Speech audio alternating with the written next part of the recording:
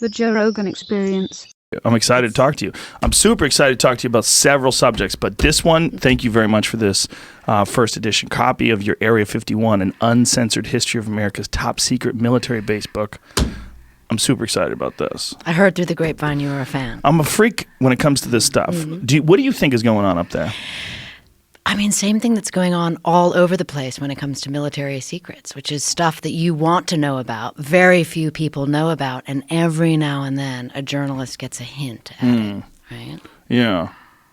Do you think there's any alien stuff up there? I write in the book all about that. Yeah? Yeah. Well, tell me. Last 12 pages. You want me to... Want me to go to the last 12 pages?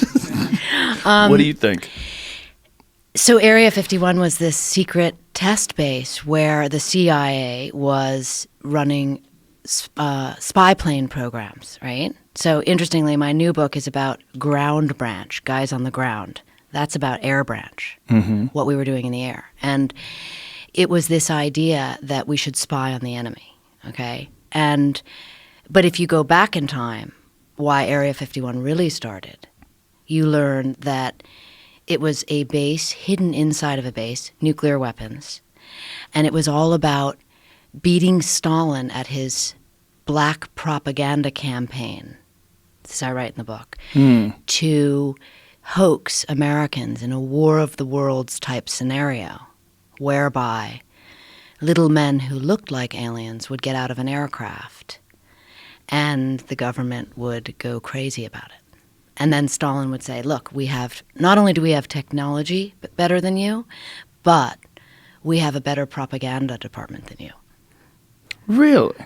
Joe, you got to read the whole book. Oh, I mean, this is this is a tough opening. You got me on the spot. It is a tough opening, but it's a good spot. Right? It's a good spot. Right? So Stalin, he just hired short people? Like, what did he do? All right, I'm going to make you save that. I'm going to make you earn that. Save it? Yeah. How's that? I mean, you want me to talk about that right now, right off the bat? Why is that? I'm sweating. We're gonna get to surprise, kill, vanish as well. But I want to Why does it make you sweat? Oh my God, it's such an incendiary topic. I mean, people want to believe they're aliens. Right. Right? Okay. I mean, I've spent 5 books dealing with the mythology of Area 51, which is phenomenal in its own way because it speaks so much to power, to morality, to information, to people's desire to know what's going on and the government's desire to keep things hidden. So this topic is always coming up because a lot of people want to believe that there were aliens in that craft. And my source, who I write about in the book, told me otherwise, that they were genetically... Let me stop you right there, because when you say that craft, what you mean is the supposed UFO wreckage that crashed in Roswell, New Mexico in 1947. That's what you mean, right? Yes. But that was never supposedly taken to Area 51. It was supposed to be taken to Wright-Patterson Air Force Base. The legend has it that Truman flew there to meet them, right? That's one legend. Yeah. So in my book, I interview a man who worked for the Atomic Energy Commission who tells a different story. Tells the story of receiving that craft at Area 51 in 1951, which is why the base is called Area 51. Oh. And that inside the craft were humans who had been surgically altered to look like aliens in a plan for Stalin to sort of twist Truman's arm, because at that time, we had the atomic bomb. When Roswell happened, we had the atomic bomb, and the Soviets did not. Can I stop you there? Yeah. When you say humans that were surgically altered to look like aliens, do you mean... So this is 1951. So Yes. you're talking about 4 years after the supposed crash. Yes.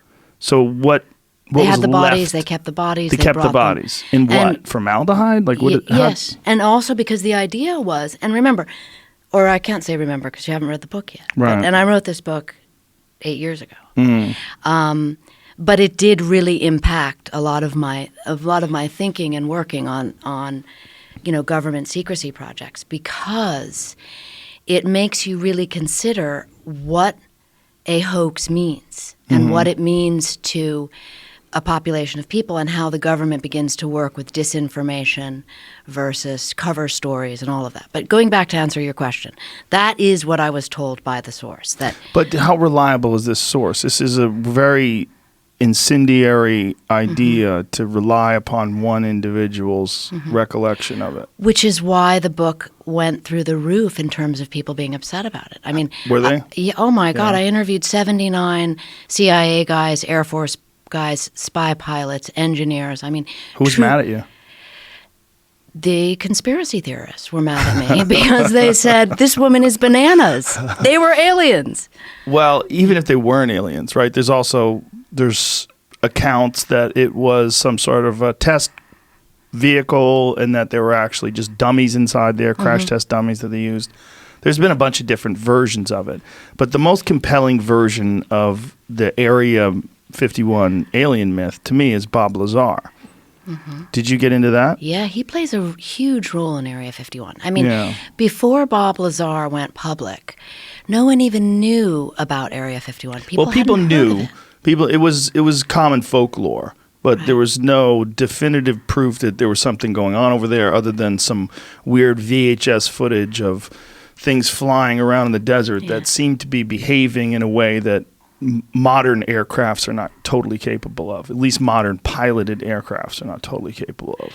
I mean, which brings me to another book I wrote called The Pentagon's Brain, which, sort of off this idea was like, wait a minute, what kind of technology is the government capable of? And we have a whole department for that reason called DARPA, which looks at weapon systems 25 years out. So the idea that you and I don't know what the military is capable of in the air, underwater, wherever it may be, is because we're not thinking 25 years out, and they are. And they're developing weapon systems, the great weapon systems of the future. That's what they call them. Right, like how they developed the stealth bomber. And that was all out in Area 51 and Groom Lake. And yes.